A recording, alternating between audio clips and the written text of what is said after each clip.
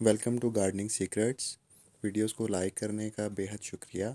आज की वीडियो उन तमाम दोस्तों के लिए है जो गार्डनिंग से बेहद दिलचस्पी रखते हैं मगर नहीं जानते कि वो किस तरीके से शुरू करें। ये चंद बुनियादी मालूमात हैं जो किसी भी गार्डनर के लिए बिगनिंग स्टेज पे होना बहुत ज़रूरी हैं। तो हम इन तमाम चीज़ों को वन बाय वन डिस्कस करेंगे। आइए जानते हैं वो कौन सी मालूमात हैं। सबसे पहली चीज़ जो है वो है प्लांट आइडेंटिफिकेशन, पौधे की पहचान। जो पौधा आप लगाना चाह रहे हैं अपने लॉन में उसका नाम आपको आना चाहिए, उसकी पहचान आपको होनी चाहिए। दूसरी चीज़ जो है वो है लोकेशन।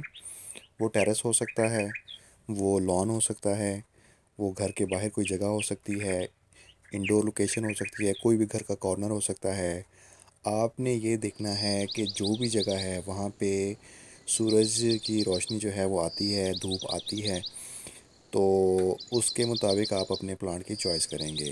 अगर तो सूरज की रोशनी और धूप से आती है 4 से 6 घंटे के लिए तो आपकी चॉइस जो होनी चाहिए वो सन लविंग प्लांट होने चाहिए। जितने भी फ्लावरिंग प्लांट हैं वो सन लविंग होते हैं। अगर आप उनको शेड में रखेंगे तो वो फ्लावरिंग आपको नहीं देंगे। इसी तरह जो कुछ इंडोर प्लांट्स हैं वो ब्राइट लाइट को जो है वो ज़्यादा पसंद करते हैं। अगर आपके पास जो है वो लोकेशन जो है वो इंडोर है तो ज़ाहिरी बात है आपके पौधों की चॉइस भी इंडोर प्लांट्स ही होने चाहिए। इसलिए जो है वो लोकेशन बहुत मैटर करती है कि आपके पास जो लोकेशन अवेलेबल है आपके प्लांट की चॉइस भी उसके अकॉर्डिंगली होनी चाहिए। नंबर 3 पे हम बात करते हैं सॉइल की।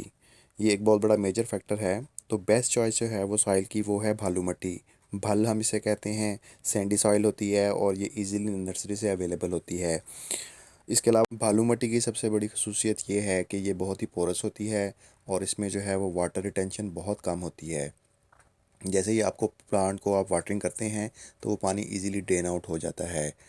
और अगर जो है वो पानी अगर उसके अंदर होल्ड होगा तो उसकी वजह से प्लांट्स की जो रूट्स हैं वो डैमेज होने का ख़दशा होगा।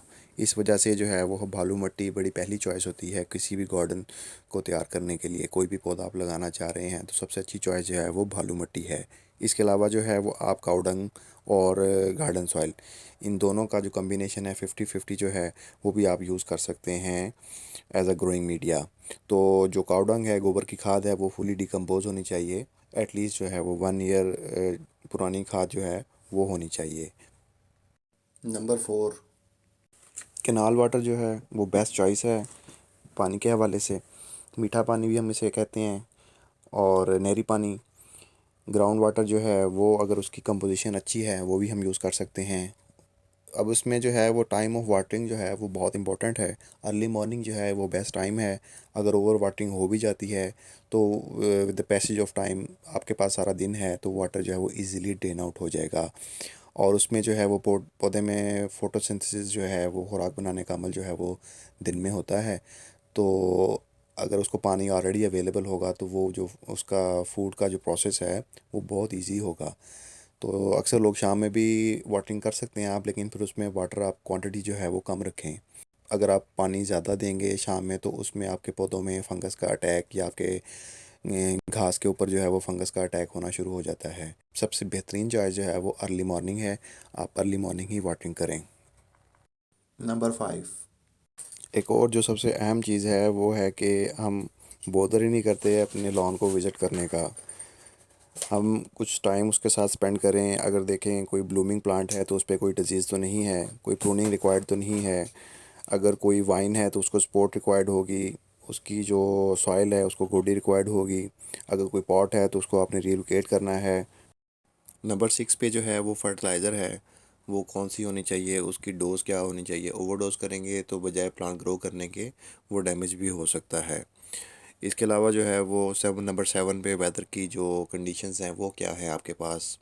हर लोकेशन के ऊपर वेदर की कंडीशन जो हैं वो चेंज होती हैं, तो आपने अपने मौसम के हिसाब से अपने पौधों की जो है वो लोकेशन को एडजस्ट करना है। मसलन अगर बहुत ज़्यादा गर्मी है तो आप ग्रीन नेट का यूज़ भी कर सकते हैं। इसी तरह जो है वो विंटर में जब बहुत ज़्यादा सर्दी पड़ती है या जिसे हम पंजाबी में कोहरा कहते हैं वो पड़ता है तो आप उस दौरान भी जो है वो आप उसको कवर कर सकते हैं किसी भी प्लास्टिक के साथ, ताकि आपकी जो ग्रोथ है पौधे की वो इफ़ेक्ट ना हो। इस तरह की जो वेदर कंडीशंस हैं आपने उनके अकॉर्डिंगली जो है वो अपने सिस्टम को मैनेज करना है। इसी तरह फिर जो है वो नंबर 8 पे रिपोर्टिंग रिक्वायर्ड होती है। रिपोर्टिंग जो है वो आप पौधे की ग्रोथ के हिसाब से करेंगे। अगर रूट बाउंड हो रही है तो आप जो है वो नया पॉट और बड़े साइज़ का पॉट जो है वो सिलेक्ट करेंगे। बरसात और बहार ऐसे ज़बरदस्त मौसम है कि इनमें रिपोर्टिंग जो है वो इजीली आप कर सकते हैं। उसमें पौधे की जो सर्वाइवल है और या जो उसका सक्सेस रेट है वो बहुत अच्छा होता है।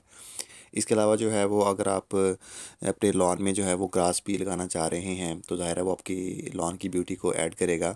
तो आपको उसको मैनेज करने के लिए लॉन मूवर जो है वो बहुत ज़रूरी है।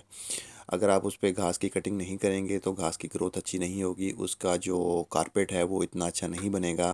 वीकली बेसिस पे आपको लाज़मी जो है वो उसको ट्रिम करना है। इसके अलावा जो है वो आपके पास स्पेस कितनी अवेलेबल है कि आप जो है वो जितनी जगह है उसके हिसाब से आपने जो है वो प्लांट्स ऐड करने हैं। ओवर क्राउडेड बिल्कुल नहीं करना।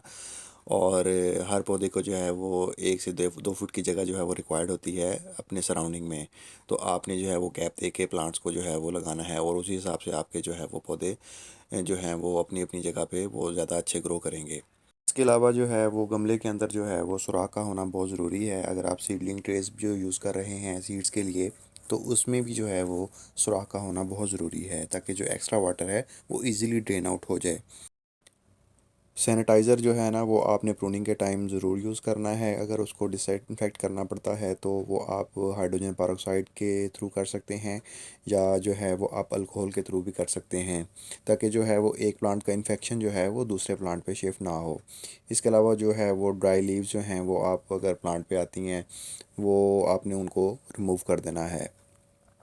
इसके अलावा जो है वो आपने जो पेस्टिसाइड्स हैं उनका इस्तेमाल आपने कम से कम करना है। आप नीम ऑयल यूज़ कर सकते हैं। और इसके अलावा जो है वो आप इसकी डिटेल जो है वो हम in one by one discuss करेंगे आने वाली वीडियोस में।